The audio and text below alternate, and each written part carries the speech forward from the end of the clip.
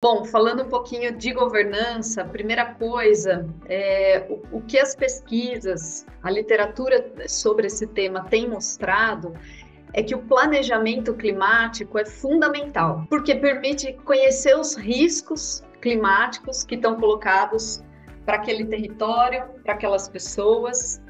E segundo, a partir disso, desenvolver medidas para preveni-los, para enfrentá-los, para se adaptar a eles e construir resiliência. Então precisa do quê? De uma política estadual e também de políticas municipais de mudanças climáticas, com planos de ação, tanto de mitigação quanto de adaptação. Mas também não é só ter o planejamento, a implementação é o grande desafio.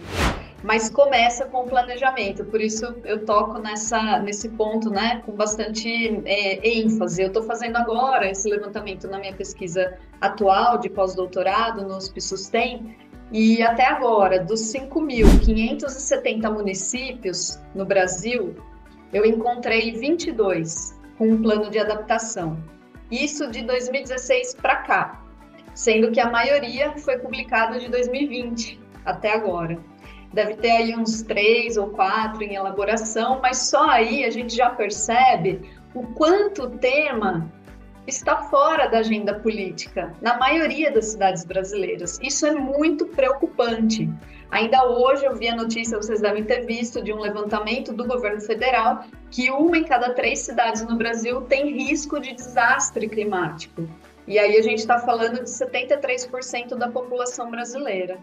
Então, tem cidade planejando adaptação desde muito tempo.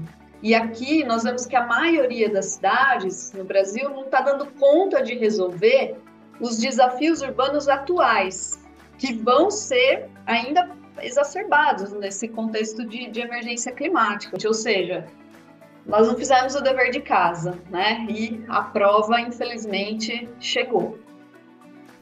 Primeiro, que a emergência climática é um desafio multinível. O que é isso? Envolve os diferentes níveis de governança, nível municipal, regional, metropolitano, estadual, nacional e internacional. Porque as causas e os impactos da mudança do clima não estão restritos aos limites, né, às fronteiras geográficas, aos limites municipais. Então, precisa envolver os níveis nacionais, subnacionais. E aí eu destaco o nível estadual, é um nível chave para estreitar o diálogo entre o nível federal e o municipal, apoiando o planejamento local. Segundo aspecto é que as mudanças climáticas elas são um desafio multiagentes. O que é isso? Certamente os governos são agentes importantes, têm um papel fundamental para definir normas, formas apropriadas de governança, mas é muito difícil imaginar que só esse grupo de agentes vai ser capaz de resolver a crise climática. Então, precisa do envolvimento, da articulação de agentes governamentais e não governamentais. E aí nós estamos falando de organizações da sociedade civil organizada, incluindo os grupos sociais vulnerabilizados. Então, o que precisa? Precisa promover e fomentar a participação, o engajamento significativo de todos esses agentes dos diversos segmentos da sociedade, né, para garantir, de fato, uma representação equitativa, inclusiva. O terceiro ponto que eu queria trazer é que a mudança climática ela é um desafio multissetorial.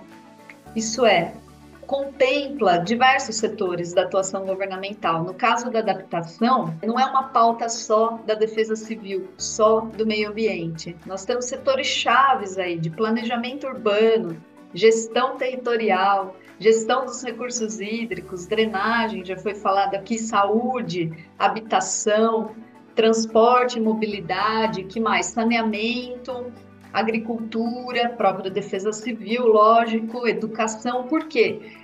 Os impactos da mudança climática passam praticamente por todos os setores. Então, exige uma abordagem integrada e que traga todos esses setores, para garantir que, de fato, a gente vai pensar, vai implementar medidas que sejam, de fato, adaptativas, que vão construir resiliência também.